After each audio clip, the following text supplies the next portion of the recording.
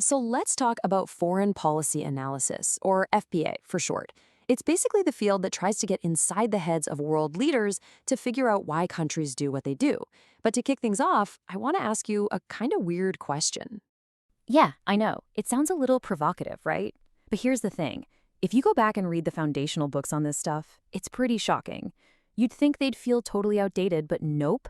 So many of the core concepts we still rely on today, things like how bureaucratic infighting messes with decisions, or how a leader's personal biases can change everything, they actually all came about more than half a century ago. Sure, the jargon's changed and the methods are way more sophisticated, but the fundamental ideas, they've stuck around for a long time.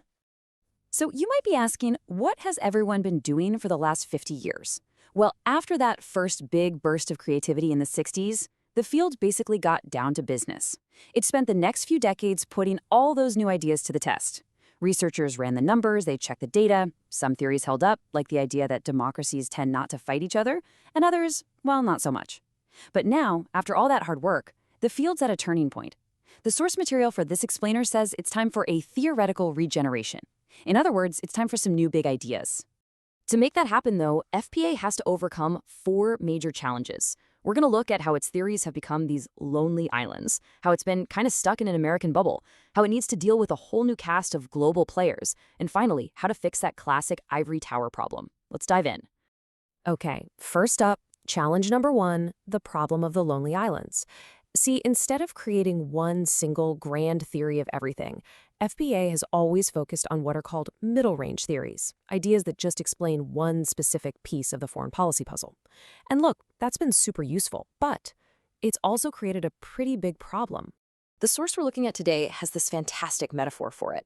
It says the field has become like an archipelago, a whole chain of theoretical islands.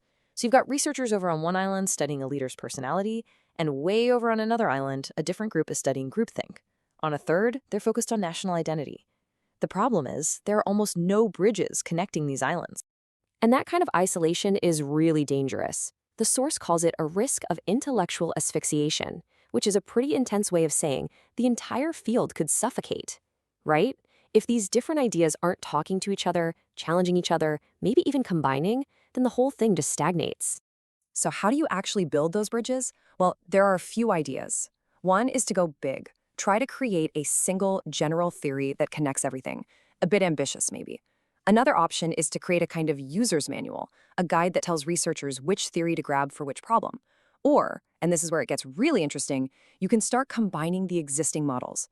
A great example is something called polyheuristic theory, which basically smashes together two different islands: cognitive psychology, which is all about the messy reality of how our brains work, and the idea of rational choice from economics. Now, this whole islands problem leads us straight into challenge number two, because it turns out this archipelago we've been talking about, it mostly formed in one specific part of the world. Welcome to the American bubble. This is all about the need to break out of a single country focus. It's a simple but really important fact. Foreign policy analysis as a field pretty much grew up in the United States. Most of the major research centers, the most influential journals, the biggest conferences, they're still there. And that geographic focus has had a massive influence on what gets studied and how. I mean, think about it like this. Imagine if all of our medical knowledge was based on studying just one single person. Would you feel confident applying those findings to treat the entire human population? Of course not. It's the same logic here. If your theories are overwhelmingly developed to explain American foreign policy, you have to ask yourself, how well do they really explain what's going on in Germany or Brazil or Japan? When you put the two approaches side by side, the difference is pretty stark. The US-centric model tends to develop ideas in the US context and test them on American examples, which means they might not work anywhere else. A truly global approach, on the other hand, is all about cross-national comparison, trying to figure out if these theories have universal scope and broader relevance for everyone. Okay, so if we need to look beyond where foreign policy is studied, we also need to rethink who is actually making it. And that brings us to challenge number three, new global players.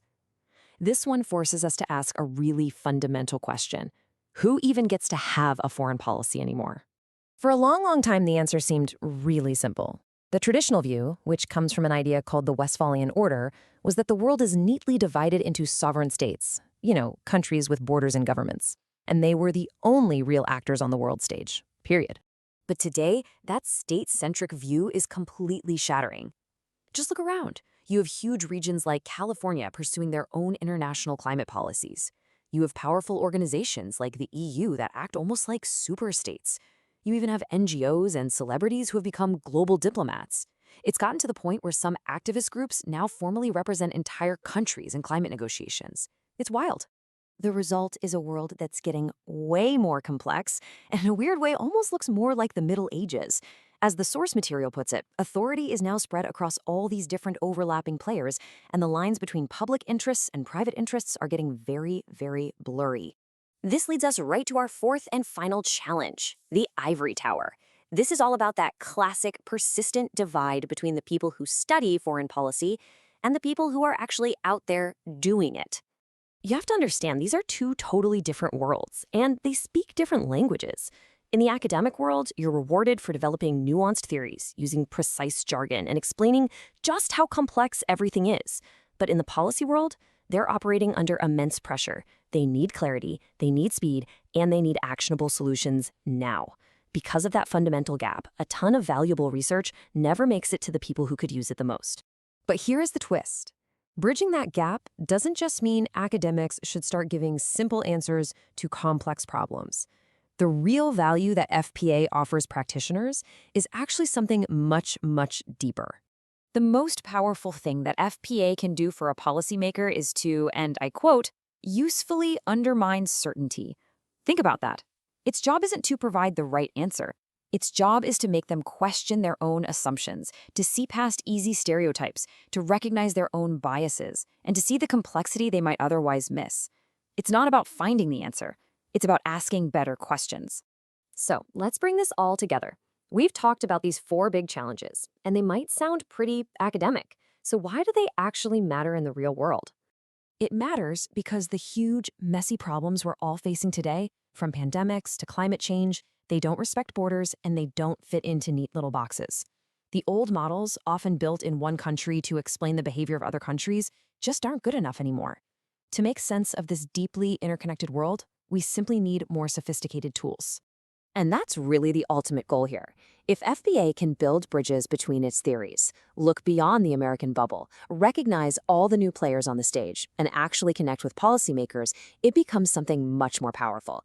It becomes a tool that helps all of us ask much, much better questions about the world we live in. Which leaves us with one final thought. If states are no longer the only ones with a foreign policy, if cities and companies and even individuals are all global actors now, then what's your foreign policy?